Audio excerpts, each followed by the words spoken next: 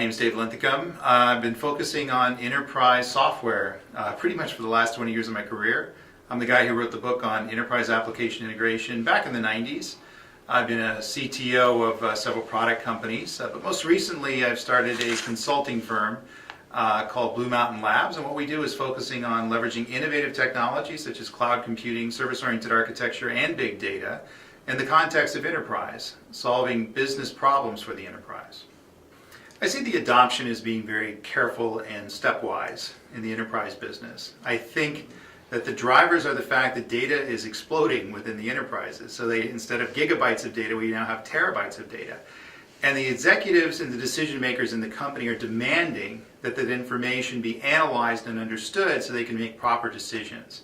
So the reality is that big data is an answer to that. It provides us with the capability to get the answers from gobs and terabytes of data that exist within our data centers today, and do so at a speed that was yet unheard of. So the big data movement provides us with these capabilities to drive us into the analytical sphere so we can make sense of the information that already exists within our enterprise, and I think it's about time.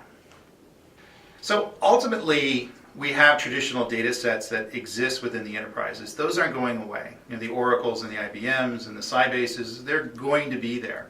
However, migrating to big data provides us with the capability to actually access that information in a high-performance way, which allows us to basically return the results that we need in a very short period of time that the Oracles and the IBMs and the other products weren't able to do in the past. So I think initially it's going to be a coexistence. I think we're going to have our traditional relational databases that we've had for years, and they're going to assist us in running the business. But there's going to be a slow migration over to big data technology that allows us to access all of the information as one holistic unit versus piecemealing the information as it is today amongst the various vendors that are out there.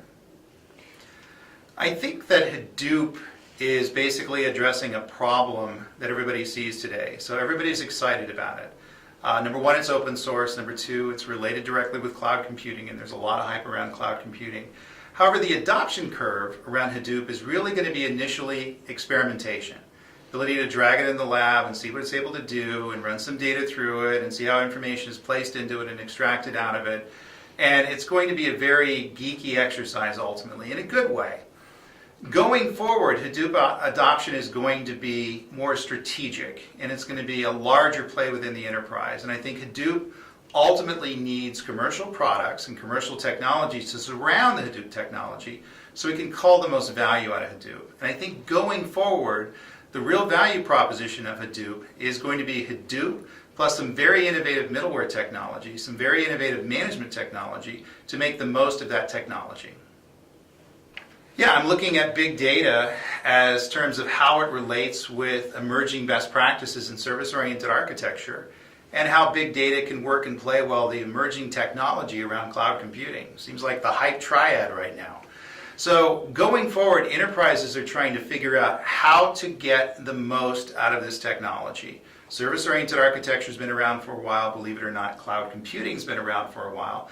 But NoSQL, big data, Hadoop, those sorts of movements is really technology that's come upon us recently that goes slightly askew of the existing relational database technology we have today.